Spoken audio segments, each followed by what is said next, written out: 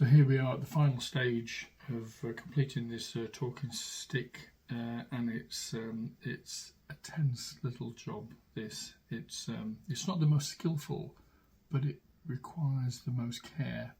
Can't afford to be spilling glue on the side of the polished stick or putting too much under a small cabochon. It'll squeeze out and look pretty ugly. But here we have the stick. Here we have the cabochons and crystals. They're here. A pair of tweezers.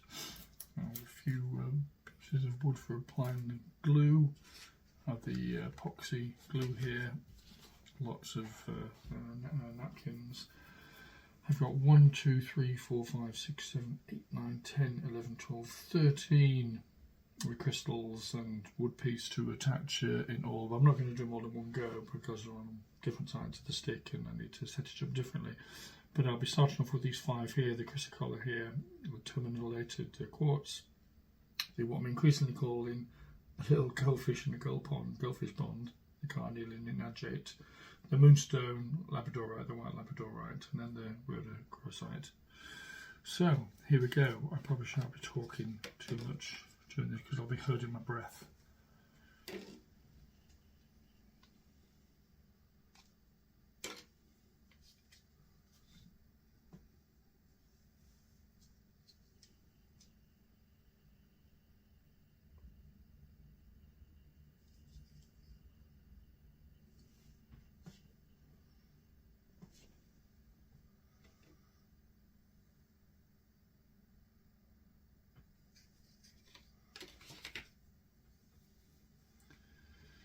Mix the epoxy. It's only got a few minutes working time, this, which is why again I wouldn't want to do more than about 3 or 4. And it's supposed to only take about 5 minutes to set, but it always seems to take longer. So there we go. Just a small, too much there. Too much.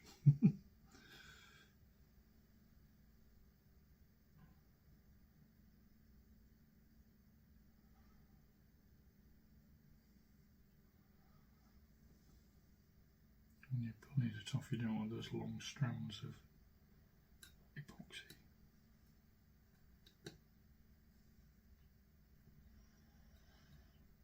The first one.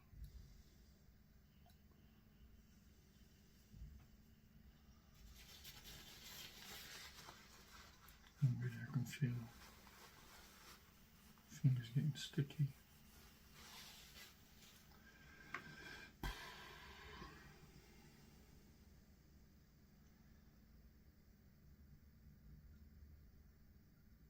If I haven't cut out the base of the recess very flat, then it may be that the cabochon can sit proud of the glue and it won't attach.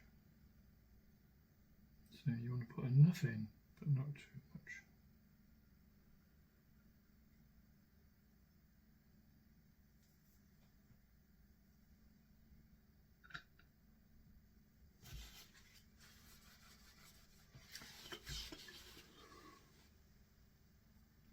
From a little goldfish.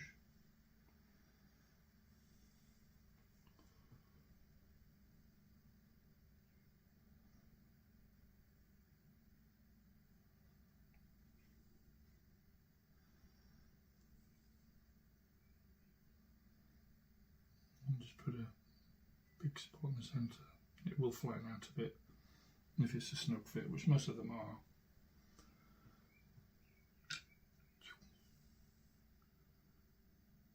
Because I may find out in about an hour that I turn them over and it drops out, which shows that the edges of the recess were proud of the area where I put the glue. Hopefully not, doesn't usually happen. You want a big stone, so I need to make sure I've got enough in here.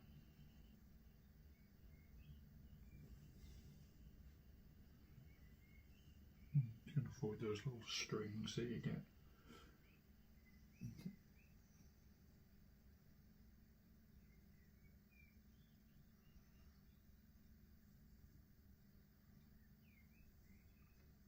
Just put a little bit on the base of this.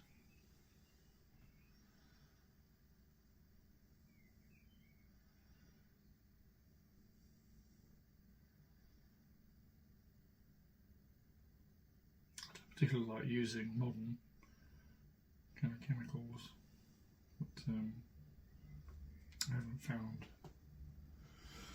an equally good way to attach and secure the stones.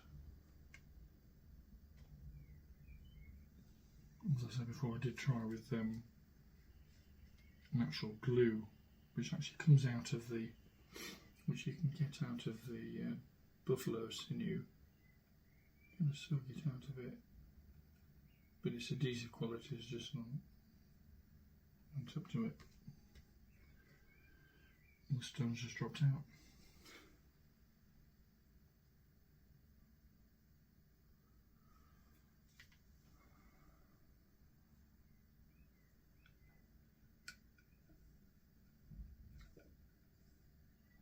So they go straight like that.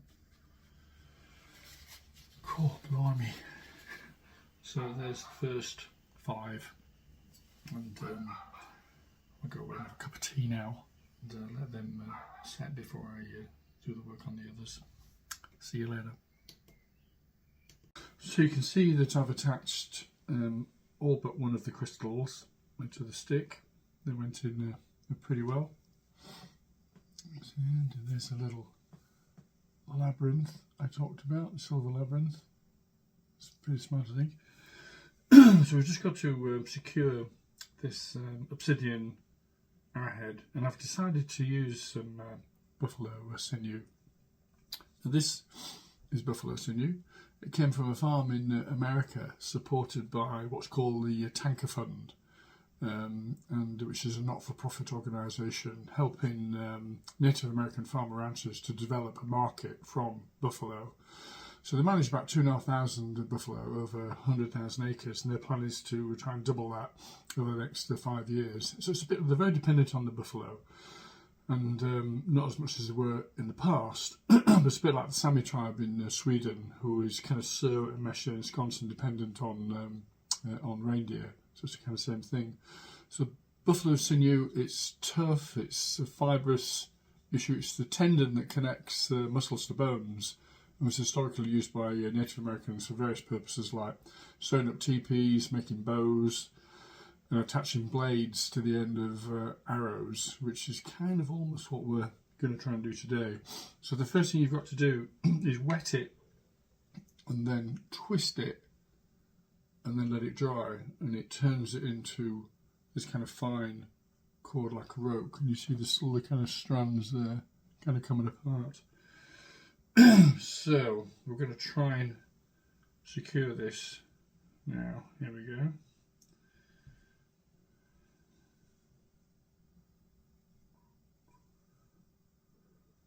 On one side.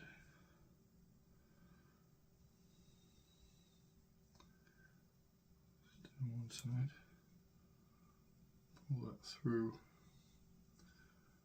I think it needs to have a couple of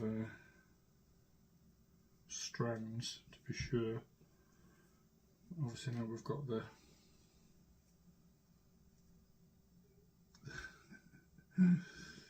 tricky thing of trying to get that back up there.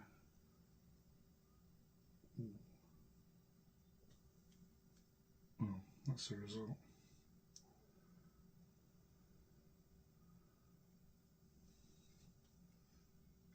There.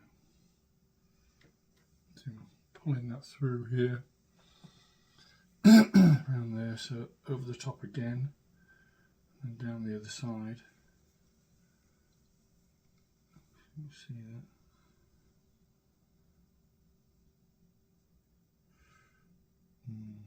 This is not going to go as easily.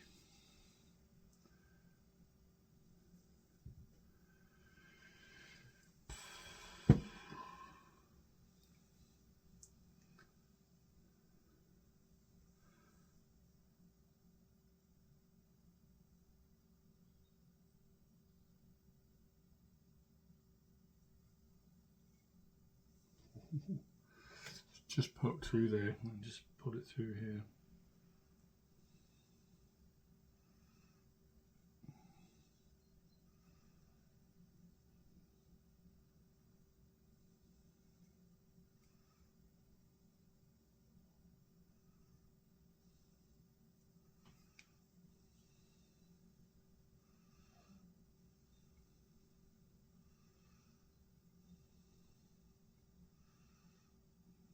With these tweezers, when you squeeze them, they open up at the end. Yeah. So here we go. We're getting there. We've now got to put the little crystal in under the cord at this side. See if we can do that.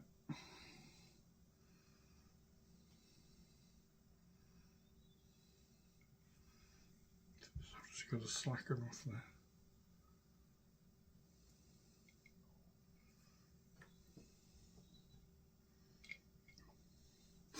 So there's a crystal in place, and now I need to tie that cord and cut it off, and I've actually put a little groove that the hole comes up. Excuse me. So it doesn't interfere with the proper seating of the Bog Oak amulet. So I'm pretty happy with that. There we go.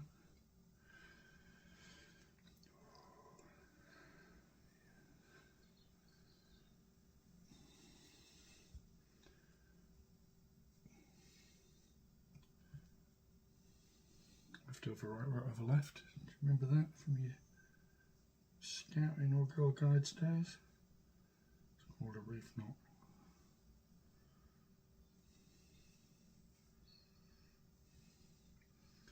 So that's that. So I'm now going to cut these ends off, but not before just putting a touch of, well, I'm going to cut them off first. Snip. Snip. And you can see that kind of sits below the base of that little recess. Ready for this little amulet to go in there. In fact, we can just try it the wrong way around.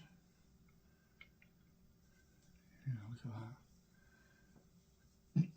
Okay, but I just want to put a blob of glue on the end of that. Yeah.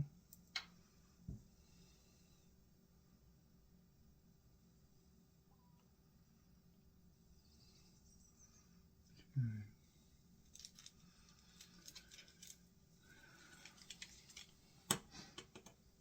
Just push that down again.